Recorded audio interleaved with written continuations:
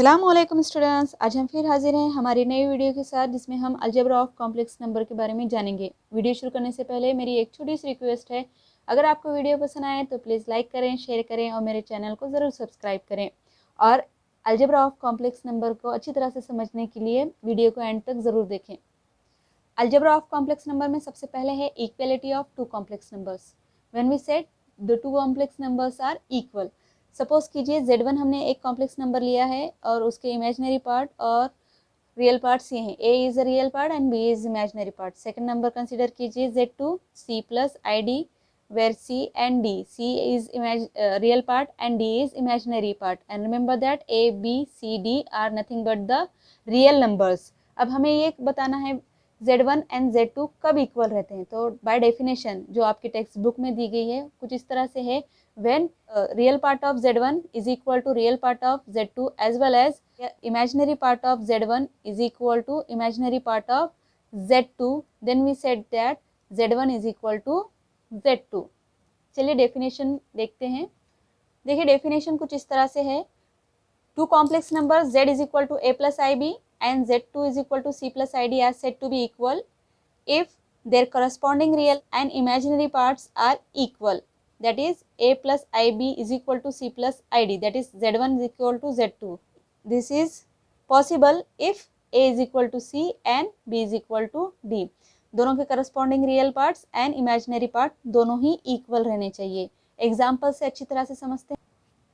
Example लीजिए, अगर हमें दिया गया है इफ़ x प्लस IB, ये एक कॉम्प्लेक्स नंबर है और यहाँ क्वेश्चन में दिया गया है कि ये किसके इक्वल है, 4 प्लस 3i इसके इक्वल है। तो हमें क्या पता करना है, वैल्यू पता करनी है कि x की वैल्यू क्या होगी, y की वैल्यू क्या होगी, क्योंकि यहाँ इक्वलिटी दी गई है। Then by equality of two complex number we said that x is equal to real, x is a real part in LHS। तो ऑब्वियसली तो यहाँ पर जो RHS में रियल पार्ट होगा उसके वो इक्वल रहेगा। Similarly we said that y is the imaginary part in LHS, तो यहाँ पर वो किसके इक्वल होगा, इमेजिनरी पार्ट इन RHS, तो ये किसके 3 के इक्वल रहेगा। ठीक है, चलिए आगे बढ़ते हैं और एक एग्जांपल लेते हैं। If 7a plus I 3a minus b is equal to 21 minus 3i, तो हमें क्या फाइंड आउट करना है, value of a as well as what is the value of b। तो चलते हैं और इसी पर वही रूल अप्लाई करेंगे equality of two complex number का। पहले हम लिखते हैं 7a 3, ये लिख लें पहले। ठीक है, अब कंपेयर करें, रियल पार्ट को रियल पार्ट की इक्वल बताएं। What is the real part in LHS side, it is 7a, तो ये इक्वल होगा रियल पार्ट इन RHS। तो ये रियल पार्ट RHS में 21 है, तो 7a इसके इक्वल होगा, तो इससे हमें a की वैल्यू पता चल जाएगी, it is nothing but 3, a is equal to 3। Similarly compare करें और इमेजिनरी पार्ट देखिए, LHS में 3a माइनस b है, ये इक्वल होगा इमेजिनरी पार्ट RHS में जो है वो 3 के इक्वल है। तो यहाँ पर हम a की वैल्यू हमको पता चल गई है 3a, तो हम सब्स्टिट्यूट कर देंगे और हमें ये मिलेगा। ठीक है, 9 minus b is equal to minus 3, minus b is equal to minus 3 minus 9, minus b is equal to minus 12, then we get b is equal to 12। तो a और b की हमें दोनों की वैल्यू पता चल गई और हमने ये आसानी से फाइंड किया किसके थ्रू, equality of two complex number के बारे में हम जानते हैं। इसलिए आगे बढ़ने से पहले हमें ये जान लेना ज़रूरी है, यहाँ हमने इक्वलिटी बता दी कि कब हम दो कॉम्प्लेक्स नंबर्स को इक्वल कहेंगे। अगर दो कॉम्प्लेक्स नंबर के रियल पार्ट और इमेजिनरी पार्ट इक्वल हों तभी हम दो कॉम्प्लेक्स नंबर को इक्वल कह सकते हैं। लेकिन याद रखिए कि इसके अलावा भी रिलेशंस रहती हैं दो नंबर के इक्वलिटी की, इनइक्वलिटी।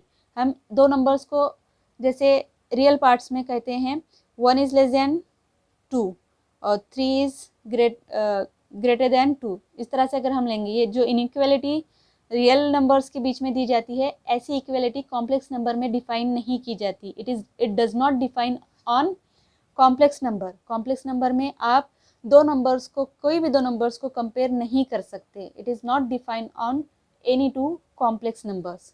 तो ये आपको याद रखना ज़रूरी। आगे बढ़ते हैं और जानते हैं कॉन्जुगेट ऑफ कॉम्प्लेक्स नंबर के बारे में। कॉन्जुगेट ऑफ कॉम्प्लेक्स नंबर को कुछ इस तरह से डिफाइन करेंगे। इसकी डेफिनेशन कुछ इस तरह से है, the conjugate of complex number z is equal to a plus ib is defined as a minus ib and it is denoted by z bar। ये आपको याद रखना ज़रूरी है। फॉर एग्जाम्पल सपोज कीजिए अगर z,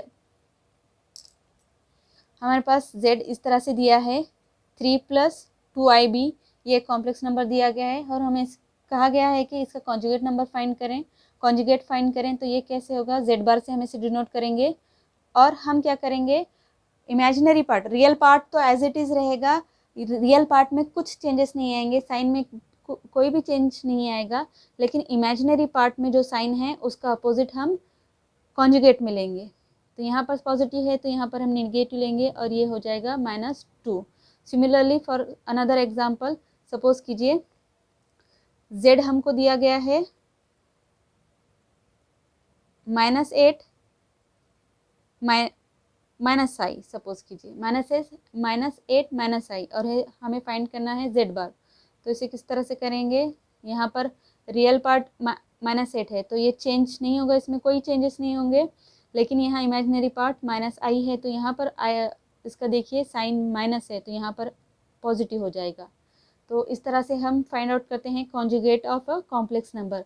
अगर यहाँ इमेजिनरी पार्ट की साइन पॉजिटिव है तो वो नेगेटिव में चेंज हो जाएगा और नेगेटिव है तो पॉजिटिव में चेंज हो जाएगा, लेकिन ध्यान रहे कि रियल पार्ट पर कोई चेंजेस नहीं आएंगे, कोई इफेक्ट नहीं पड़ेगा।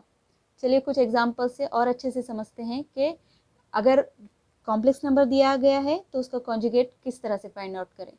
ये कुछ एग्जाम्पल्स हैं z की और हमें उनका z बार फाइंड आउट करना है। चलिए फाइंड आउट करते हैं। z + 4i ये general form of complex number में ही है तो हमें आसानी से पता चल रहा है कि इसका रियल पार्ट क्या है और इमेजिनरी पार्ट है। तो इमेजिनरी पार्ट क्या है, तो हम चलिए z बार फाइंड आउट करते हैं।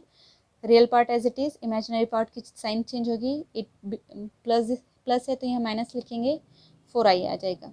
सिमिलरली यहाँ पर देखिए जनरल फॉर्म क्या है इसका, -2 + 7i है तो इसे इसका z बार फाइंड आउट करना है तो ये क्या हो जाएगा, -2 - 7i हो जाएगा।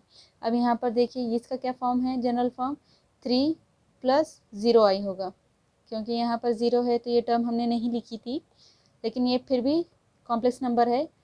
Every real number is a complex number but not vice versa. तो इसको कैसे करेंगे, रियल पार्ट पर तो कोई असर नहीं पड़ेगा तो ये एज इट इज़ रहेगा। अब यहाँ आप माइनस लीजिए प्लस लीजिए क्योंकि ये तो वैनिश होने ही वाली है। अगर आप -0i भी ले लेंगे तो ये टर्म हम नहीं लिखेंगे, है ना, ये टर्म नहीं आएगी। तो इसको क्या लिखेंगे, सिर्फ it is nothing but only 3। ठीक है, अब आगे बढ़ते हैं। 5i, ये इसको जनरल फॉर्म में हम कैसे लिख सकते हैं, 0 + 5i। ठीक है, तो यहाँ पर जो आएगा कॉन्जुगेट क्या आएगा इसका, -5i आएगा। ठीक है, अब यहाँ पर देखिए इसको किस फॉर्म में लिखेंगे, 2 प्लस, जनरल फॉर्म में अगर हम लिखेंगे 2 + 3i + 0i आ जाएगा। तो इसका भी जो z बार आएगा किस तरह से आएगा, ये क्योंकि रियल पार्ट में है 2 + √3 तो इसको एज इट इज़ लिखेंगे और यहाँ पर इमेजिनरी पार्ट नहीं आएगा। ठीक है, लास्ट वाला देख लीजिए, 7 + √5i। तो इसको किस तरह से फाइंड आउट करेंगे, z बार इसका किस तरह से फाइंड आउट करेंगे, 7 - 5i आएगा। चलिए हम कुछ प्रॉपर्टीज़ देखते हैं z बार की। z बार की सबसे पहली प्रॉपर्टी है, z बार का अगर हम फाइंड आउट करें तो वो जो ओरिजिनल नंबर है कॉम्प्लेक्स नंबर वही आएगा। z बार या फिर z डबल बार आप = z के आएगा। कैसे आएगा, if you consider z = a + ib अगर हम कंसिडर करेंगे तो z बार क्या होगा, a - ib। अब हम इस z बार का बार लेंगे, कॉन्जुगेट लेंगे। तो ये देखिए conjugate of this z bar = a + ib और ये किसके इक्वल है, z के। तो हम क्या कह सकते हैं, that therefore z bar of z bar = z। ठीक है, सेकेंड प्रॉपर्टी देख लेते हैं। If z is equal to z bar then z is purely real number. तो हम कंसिडर करेंगे z क्या है, a प्लस आई बी है, ठीक है।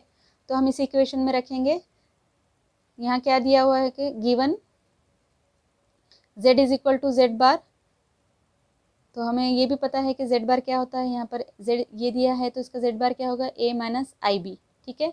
तो अब इसमें ये जो वैल्यूज़ हैं z और z बार की सब्सिट्यूट करेंगे, देखिए ये मिलेगा a minus I B, a cancel हो जाएगा, हमें क्या पता चलेगा, I B is equal to minus I B. अगर हम इसको एल एच एस साइड में आर एच एस में लाए, सॉरी एल एच एस में ही लेकर आएंगे, देखिए तो ये इस तरह से हो जाएगा इज इक्वल टू ज़ीरो। तो ये हो जाएगा 2IB is equal to zero, और हमें पता है 2 is not equal to zero as well as I is also not equal to zero.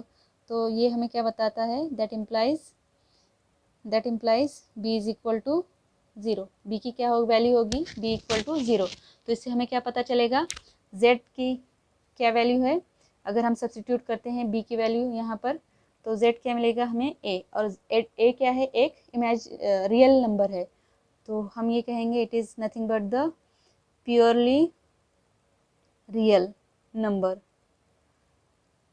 ठीक है।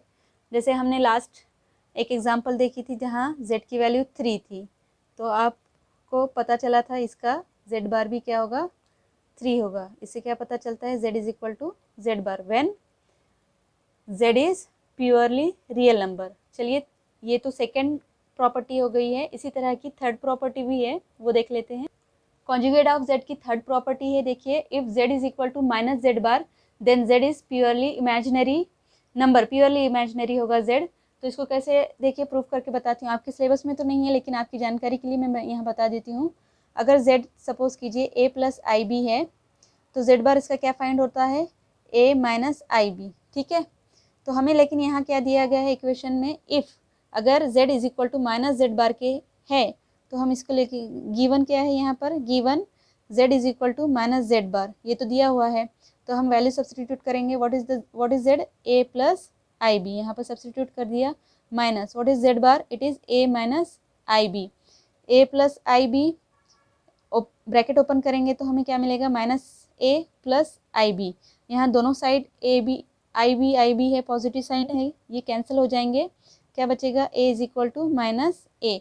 तो आप यहाँ देखिए 2a is equal to zero आएगा, हम अगर माइनस ए को इधर लेकर जाएंगे, ठीक है। तो 2 तो ज़ीरो नहीं हो सकता, it is not possible 2 is equal to zero, ठीक है।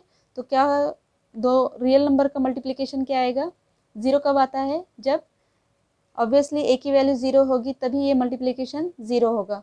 तो हम कहेंगे therefore a must be equal to zero. तो अब ये वैल्यू अगर हम इसमें सब्सटीट्यूट करेंगे z में, तो हमें क्या मिलेगा, z is equal to i b, therefore z is equal to what we get, z is equal to i b मिला है, और आई बी क्या है, एक प्योरली इमेजिनरी नंबर है, it is nothing but purely imaginary number.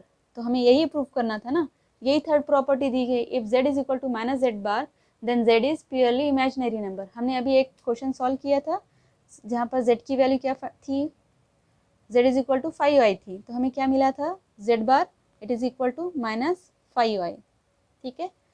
तो यहाँ पर देख लीजिए, इसको अगर हम इस तरह से लिखेंगे, माइनस को यहाँ पर लाएंगे, माइनस या फिर माइनस से थ्रू आउट, -1 से थ्रू आउट इसको z इसको मल्टीप्लाई करेंगे तो क्या मिलेगा, minus z bar is equal to 5i, और 5i क्या है, z, that is what we get, z is equal to minus z bar, ठीक है। आई होप यहाँ तक आपको समझ में आया होगा। नेक्स्ट वीडियो में इंशाल्लाह हम देखेंगे how to define the fundamental operation, addition, subtraction, multiplication और डिवीजन, जो फंडामेंटल ऑपरेशंस है वो कॉम्प्लेक्स नंबर पर कैसे डिफाइन करते हैं, यहाँ हम नेक्स्ट वीडियो में देखेंगे इंशाल्लाह। अगर आपको ये वीडियो पसंद आए हैं तो प्लीज़ लाइक करें, शेयर करें और मेरे चैनल को ज़रूर सब्सक्राइब करें। इंशाल्लाह मिलते हैं अगली वीडियो में। अल्लाह हाफिज़।